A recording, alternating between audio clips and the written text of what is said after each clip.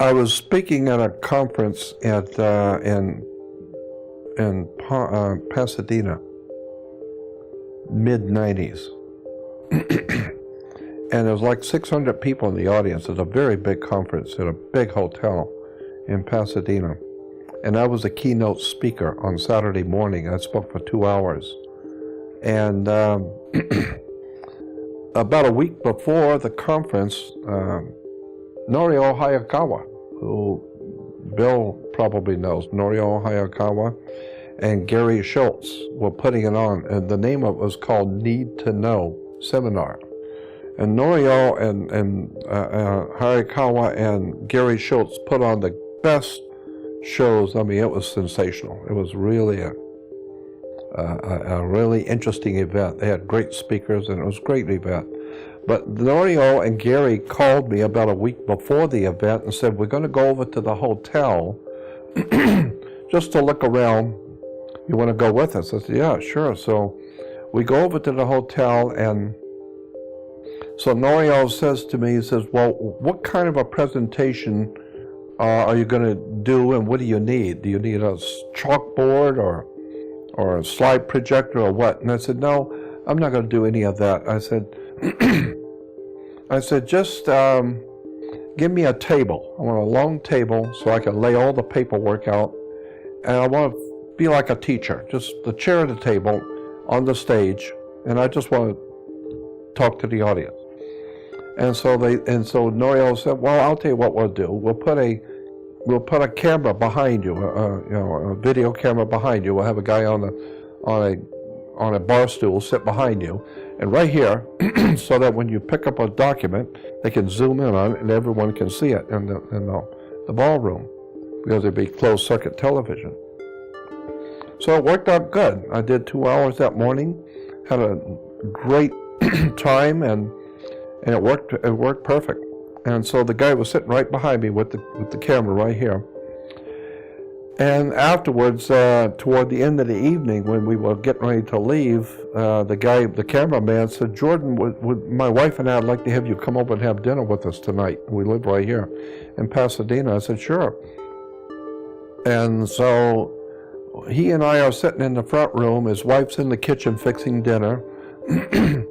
And we're just sitting and talking about stuff. And after a little while, she comes out from the kitchen and says to him, she said, have you told him yet?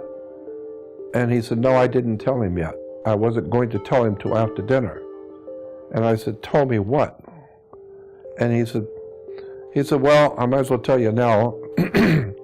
He said, I've told this story to so many people. My wife has heard it so many times, but now I'll tell you. He said, when I was like 15 years old, I was back east on the East Coast, and he said I was thumbing my way north to go stay with my cousin for the summer vacation. And I was out the road thumbing my way, and he said an old man in a pickup truck, and he was very old, and he said that pickup truck was as old as he was, and it smelled terrible because he had been smoking cigarettes, cigars, pipes, anything that would burn he had been smoking. And he said it was an old man, a dirty pickup truck, and it smelled terrible. And he said, but the moment I got in the truck, that old man started telling me every single thing about my life. He knew all about my life, my mother's life, my father. He knew there was nothing about my life and my family he did not know, and he was right exactly on. He told me about my girlfriend, about my dad's business, about my mother, and who she was before she got married. He said there was nothing he didn't know. And he said, I was just amazed listening to this old man. And he says, then when he let me out, he said everything he told him, he said, when he let me out, he said, everything I have been telling you was to get your attention and entertain you. Now I'm going to tell you something important. After you're 50 years old, you're going to be on the west coast of this country, after 50. And one morning, you're going to be on a stage with a man sitting at a table with a bunch of papers, and he's going to be speaking to a very large audience. And you're going to be sitting behind him with a camera, but that camera doesn't exist now, but it will then. And you're going to have a special kind of camera. And that camera will allow him to, you will have the camera right on his shoulder. And when he picks the paper up, that camera will allow people in the audience to see what he's talking about. But that kind of camera doesn't exist now, but it will then. And when you find yourself on the stage with that man sitting at the table talking to the audience, you tell him, I put him there. He's not there by chance. I put him there.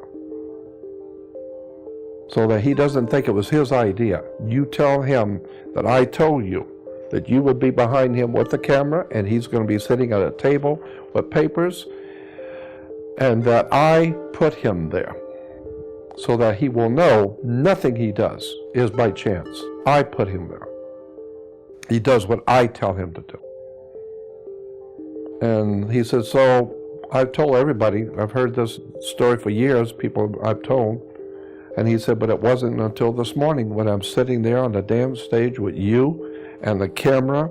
And he said, and I was so busy getting things set up, I wasn't thinking about it until you started talking and it hit me. And he said, I looked in the audience at my wife and she nodded her head. Yep, this is him. And she said, and he said, I was shocked. I just turned 50 years old. I'm sitting on the stage with a camera behind you. And he said, you would be sitting at a table with the papers on a table, talking to the audience. And he said, so I have to tell you that I was told, like, 35 years ago, or whatever it was, that I would be sitting with you this morning and that you would be sitting at that table doing what you're doing. And he told me to tell you that that wasn't your idea. So you can think that was your idea, but he told me a long time ago what you were going to be doing that this morning. So I thought, wow, man. So I was visibly shaken, emotionally shaken, and tears came to my eyes.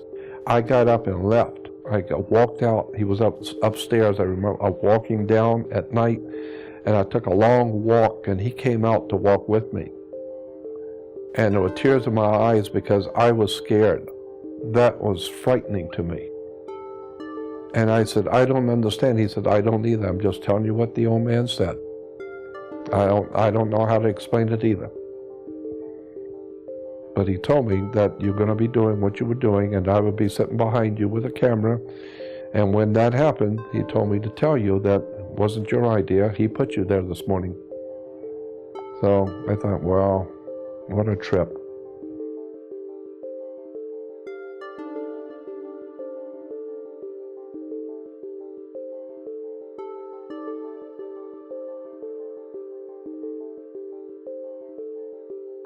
But that kind of camera doesn't exist now, but it will then.